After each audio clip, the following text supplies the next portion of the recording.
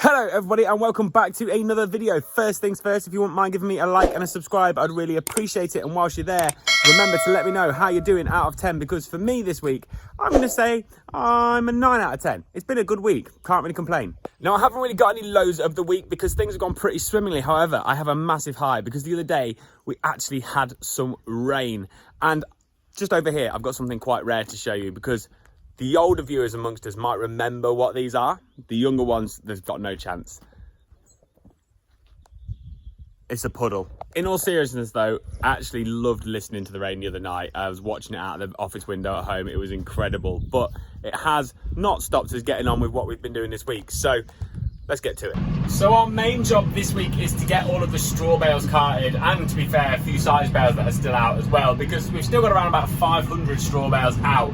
All of our own straw hasn't been touched yet because we've just concentrated on getting the neighbour's straw in because they wanted to get oilseed rape in, although they haven't drilled it because it's so dry. But at least we got it clear for them so that they can crack on as soon as they want to. We neglected all of ours and just concentrated on getting the corn in the shed. But now we've done all of that, we really need to get on and tidy this straw up. So, like I say, we've got 500 to go and do. It's going to be a pretty busy couple of days, but me and Dad are up to the task, so we're going to crack on and get it done. Something else that's really interesting, if you look in the sky, it just looks a little bit rainy, which is quite nice. We've had a good shower yesterday, but it didn't really do a lot. You can tell from the dust getting kicked up on Dad's trailer. But it's in the forecast, so hopefully it's going to start and drop a bit, because we really could do with it now.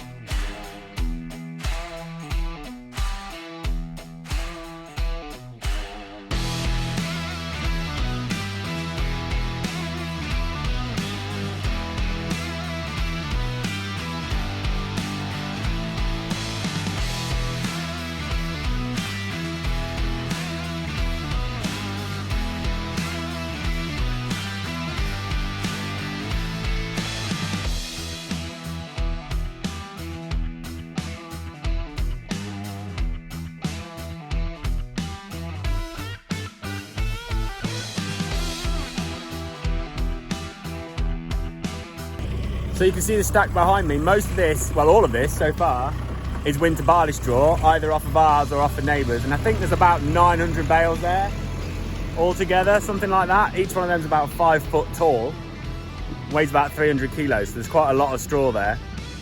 Most of that will be used for winter bedding, but if we leave it long enough with barley straw, you can feed it. So it wants a good winter on it, just to lose its waxiness, because it is quite waxy. You can't feed it straight away like you can with wheat straw. But if we get next spring, we get a bit short, or we've used all the wheat straw up, we can feed that as well. So it should save on a bit of silage. So as you can see, Dad's unloading them there. I've just parked there with another load. But we'll bring this stack right out to this gateway here. So we'll get probably another 200 or 300 here before we have to knock off and find somewhere else to put them. But yeah, that should keep us going, hopefully, for a good while. And we've got a load more in that shed there. You can see big square bales as well. So we've got a bit to be going at.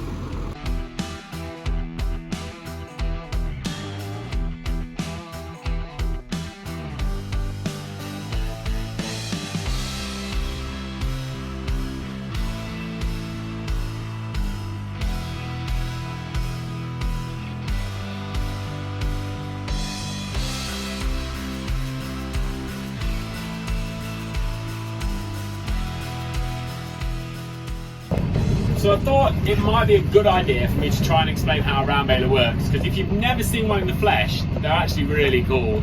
I know my new father-in-law hadn't got a clue how round balers work, and I think he saw one of my videos and was like, oh, I get it now. And he's a smart man, he knows his stuff, so if he didn't know how they work, there might be quite a few of you who don't know either.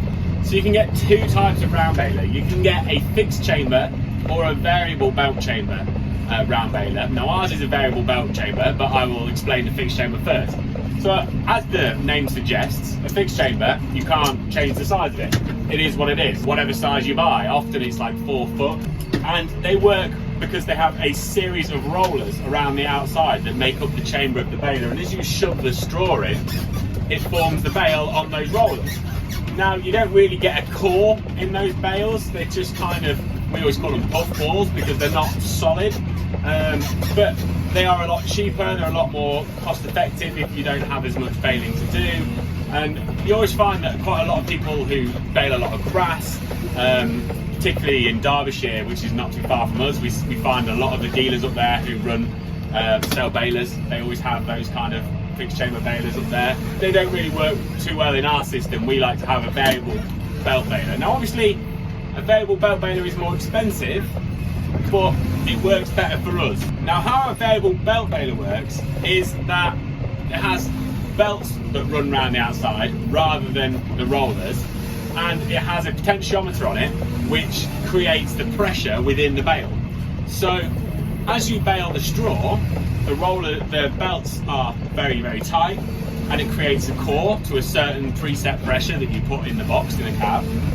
And then as the core is made, it starts to form more of the bale around the outside, and it expands that belt and creates the pressure again in the bale. So what happens is you have a more solid bale. Now I think personally that we get at least 50% more straw in a 5-foot variable belt baler than what you would get in a 4-foot fixed chamber baler, just because of the amount of pressure. Obviously it's an extra foot bigger, but you get a lot more condensed straw within there. It's a much denser bale.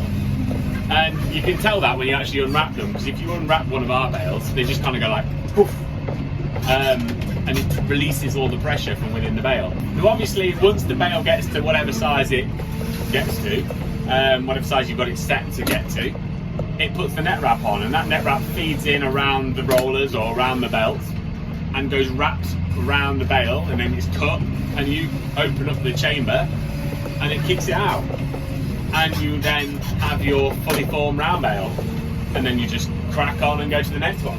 Now for us, as I mentioned, having the variable belt baler and having a lot more straw within the bale works really well, but we bed all of our cattle with a bedding machine. We don't roll the bales out.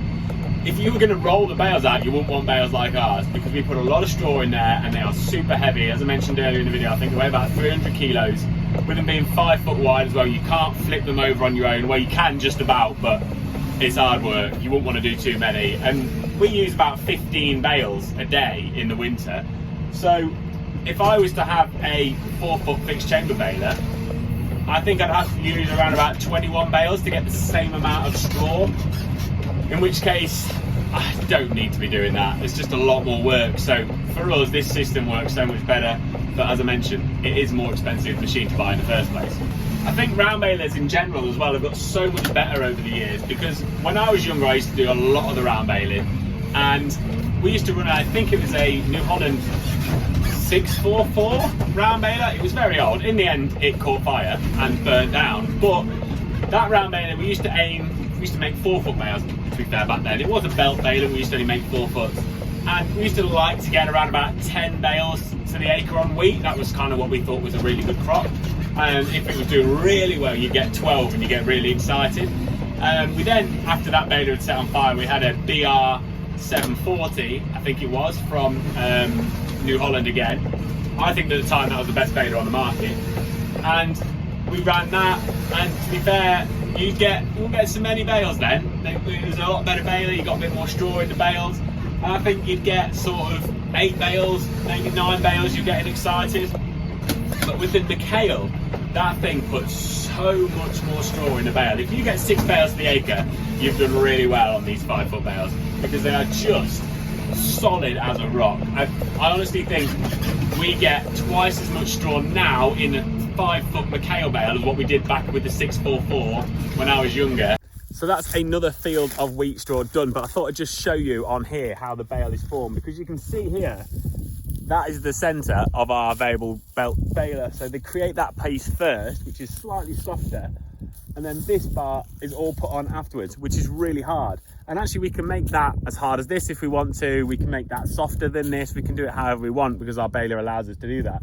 But we always have that a bit softer. It means you can stab them better, but they hold together really well when you're moving around. You don't really get any bales split or anything like that. You wouldn't want one to fall on your toe, because they are rock hard. You can't even shove your finger in.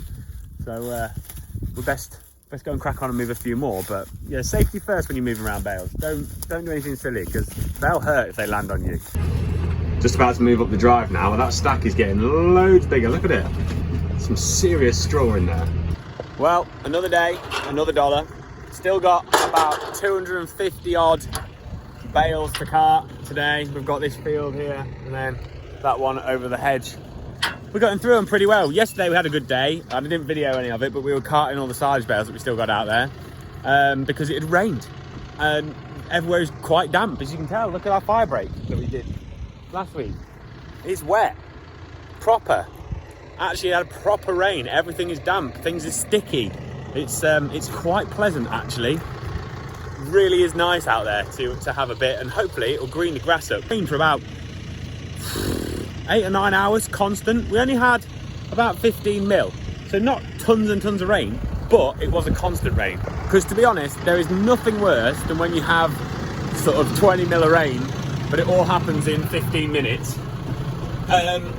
So to have a good steady rain for quite a while was really nice. As you can see today, we've only got quite a short haul. Dad's had to start a new stack because the main one, which you can see on the right over there, is now full. And then there's a little stack in the silage pit. That's last year's winter barley straw that I'm currently using for feeding and bedding. And yeah, I'm to start and stack it behind the wedding shed. Barley's found herself a new pillow as well. Collected that bit of wrap that had come off a bale yesterday, and she's fast asleep on it.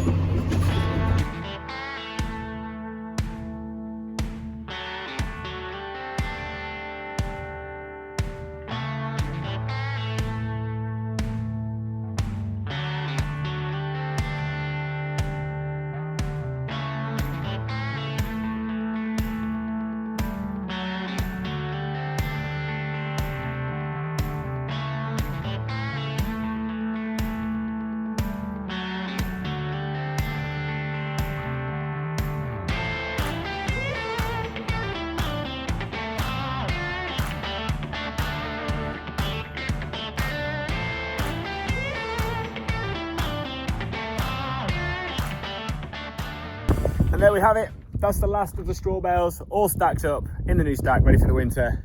Nice to have that job ticked off. It's kind of feels like it's coming towards the end of harvest. It's not the end of harvest yet because we still haven't harvested the spring beans because they weren't quite ready last week. And I didn't want to get into them while it was too hot because they'll just shatter out the pods. But we're getting there. We're really getting there now. Now with that job done and dusted, it's the end of another video. So if you enjoyed it, please give me a like and subscribe. Remember to let me know how you are doing out of 10, and whatever you're up to this weekend, have a great one because it's supposed to be half decent. There's a bit of something in the weather forecast for everyone. Bit of rain, bit of sun, bit of warmth, bit of whatever. Have a great one. See you all next week. Bye.